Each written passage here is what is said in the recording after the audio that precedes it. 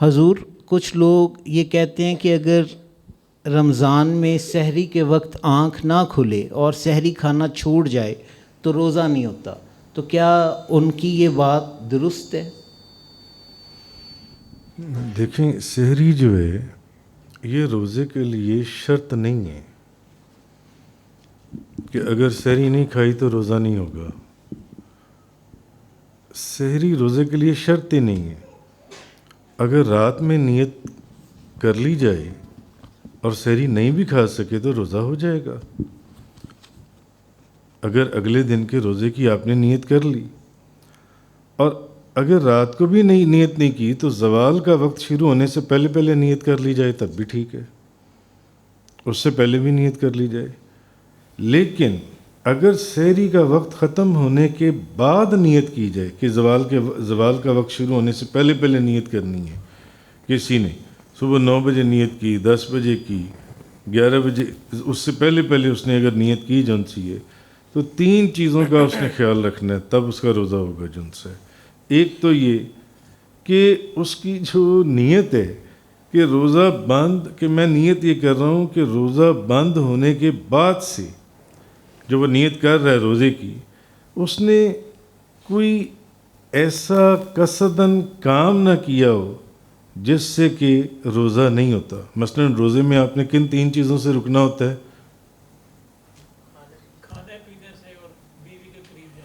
کھانے پینے سے اور بیوی کے قریب جانے سے، جماع سے، صحبت سے، جن سے۔ یعنی اگر تو اس نے سحری کے بعد، اس نے صبح اٹھ کر 9-10 بجے نیت کی، اب یہ تو نہیں ہے کہ وہ 9 بجے تک کھاتا رہا پیتا رہا اور 9 بجے اٹھ کر اس کو یاد نہیں رہا نیت کرنے کی، نیت تو اب وہ نیت کر لے، اب روزہ ہوگا؟ نہیں ہوگا۔ یہ نیت تو تب اس کی صحیح ہوگی اگر اس نے سحری کے بعد سے لے کر اس وقت، اب جب کہ نیت کر رہا ہے، اس نے اس وقت تک کوئی ایسا کام نہ کیا ہو۔ جو بھی مثلا اس نے کھایا تھا وہ سحری سے پہلے ہی کھایا تھا، جب پیا تھا پہلے ہی پیا تھا، جو صحبت یا جماع بیوی کے پاس وہ پہلے ہی تھا۔ یہ نہیں کہ اس سحری کے وقت کے بعد سے، جو جس وقت کے سحری کا وقت ختم ہو جاتا ہے، تو اس صورت میں ایک صورت یہ ہے جون سی ہے، اور دوسری صورت یہ ہے کہ وہ یہ نیت کرے کہ میں روزہ بند ہونے کے وقت سے میں روزے سے ہوں۔ بے شک وہ زوال سے پہلے نیت کر رہا ہے، مگر نیت یہ کرے کہ اب یہ نیت نہ کرے کہ میں اس وقت سے روزے میں ہوں۔ سمجھے آپ کہ میں اس وقت سے روزے نہیں، روزے کا وقت تو وہی ہے نا کہ سحری کا وقت ختم ہونے سے پہلے میں اس وقت سے میں روزے میں ہوں، جو ان سے روزہ بند ہونے کا جو وقت ہے اس وقت سے میں روزے میں ہوں۔ تیسرا یہ کہ زوال کا وقت شروع ہونے کے بعد پھر نیت نہیں ہوگی، اس سے پہلے نیت کر لے جو ان سے۔ تو کچھ لوگ سمجھتے ہیں کہ روزے کی نیت، اچھا کچھ لوگ یہ بھی سمجھتے ہیں کہ روزے کی نیت جو ہے وہ سحری کے آخری وقت میں ہی کی جا سکتی ہے۔ نہیں، کہ سحری کا وقت ختم ہو رہا ہے 4:26 پر فار ایگزامپل، تو اسی وقت ہی نیت کرنی ہے، آخری وقت میں جب آپ سحری کھا رہی ہیں، اس سے پہلے آپ نیت نہیں کر سکتے۔ نہیں، اگلے دن کے روزے کی نیت صرف سحری نہیں، بلکہ آج جب آپ نے مغرب کے وقت آپ نے روزہ افطار کیا تو غروب آفتاب کے بعد سے آپ نے جب آج مغرب کی نماز پڑھی، اب آپ تو عادت کے مطابق تو یہ ہے نا کہ آپ سحری کی، آپ روزے کی نیت کس وقت کرتے ہیں؟ سحری کا وقت ختم ہوتے وقت کرتے ہیں، جبکہ آپ جو آج غروب آفتاب ہوا آپ نے مغرب کی نماز پڑھی، آپ اس کے بعد اسی وقت آپ سحری کی نیت، اگلے دن کے روزے کی نیت کر رہے ہیں۔ سمجھیے میری بات، آپ عشاء کے وقت کر لیں، آپ نے بھی نماز تراویح پڑھی اس سے پہلے کر لیتی ہے، آپ غروب آفتاب کے بعد اگلے دن کا جو روزہ ہے اس کی آپ نیت کر سکتی ہیں زوال سے پہلے جن سے۔ مگر اکثر لوگ یہ سمجھتے ہیں کہ نہیں، روزے کی نیت جون سی ہے وہ صرف سحری کے وقت ہی ہوگی، جو کہ ایسا نہیں ہے۔ تو دوسرا یہ ہے کہ بعض دوست آپ یہ دیکھیں کہ بعض اوقات آپس میں باتیں کرتی ہیں اور ان کو مسئلہ پتہ نہیں ہوتا، مسئلہ پتہ نہیں ہوتا، تو وہ ایک دوسرے کو ایسی مشورہ دیتے اور نہیں تمہارا روزہ نہیں ٹوٹا، تم تو نیت کر ہی نہیں سکتے، نیت کا تو وقت صرف وہی تھا جو ان سے ہے۔ تو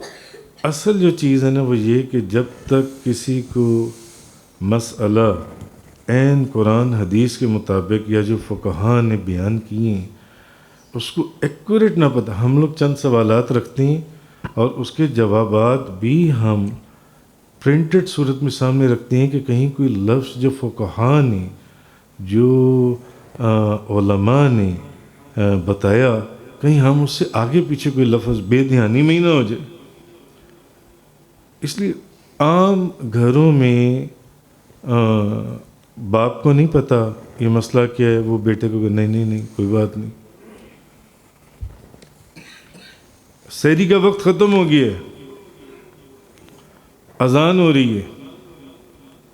اکثر گھروں میں آپ نے دیکھا ہے مائیں نانیاں وہ کیا کہتی ہیں، وہ نہیں بیٹا ابھی تو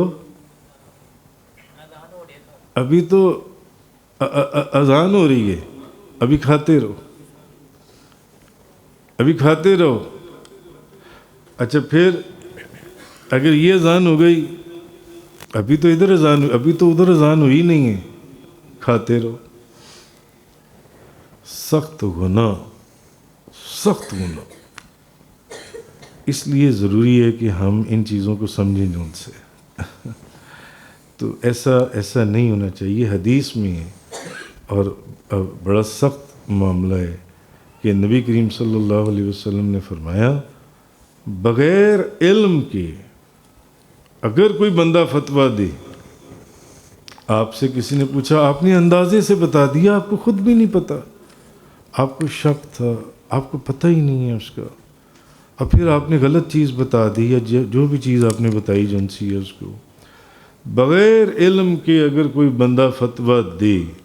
تو نبی پاک صلی اللہ علیہ وسلم نے فرمایا اس پر زمین و آسمان کے فرشتے لعنت بھیجتے ہیں، زمین اور آسمان کے فرشتے اس پر لعنت بھیجتے ہیں۔ اس لیے اگر آپ کو نہیں نہ پتا یا آپ کو شک ہے مت کسی کو مسئلہ بتائیں۔ غالباً میرے ذہن میں ہے کہ حضرت امام مالک رضی اللہ تعالی عنہ اتنی بڑی ہستی، آپ دیکھیں کہ امام بخاری جیسی ہستی امام احمد بن حنبل کے شاگرد تھے، اور امام احمد بن حنبل امام شافعی کے شاگرد تھے، اور امام شافعی امام مالک کے شاگرد تھے۔ کتنے بڑے بڑے ائمہ امام مالک، تو امام مالک جیسی ہستی سے ایک ہی نشست میں غالباً 30-40 سوالات پوچھے گئے، تو غالباً اگر میں بھول نہیں رہا انہوں نے کہا مجھے ابھی نہیں معلوم، میں کل بتاؤں گا، دیکھ کر بتاؤں گا۔ تو یہاں تو جن کے پاس کوئی علم ہے ہی نہیں، جن کو پتہ ہی نہیں، اور نہیں بیٹا ابھی تو اذان ہو رہی، کھا لو کھانا کھا لو، ابھی تو ادھر اذان ہو رہی ہے ادھر نہیں ہوئی، کھا لو کھانا، ابھی ادھر ہوئی ہے، وہ پیچھے سے جو اذان کی آواز آتی ہے اس کی آواز، ایسا ہوتا ہے۔ مگر آپ یہ دیکھ لیں کہ کتنی سخت حدیث میں نبی پاک صلی اللہ علیہ وسلم کا حکم ہے کہ نبی کریم صلی اللہ علیہ وسلم نے فرمایا بغیر علم کے اگر کوئی بندہ کوئی اس طرح کا جواب دے،